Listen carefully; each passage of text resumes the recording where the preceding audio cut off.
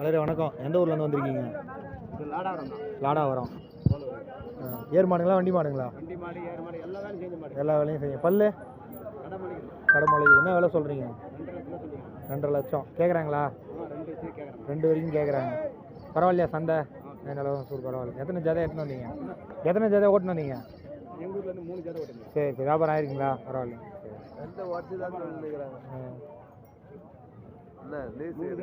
ஆமாம். பரவாயில்ல.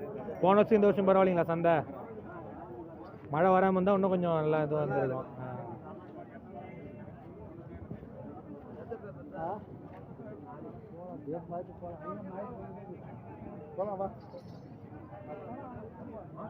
கொஞ்சம்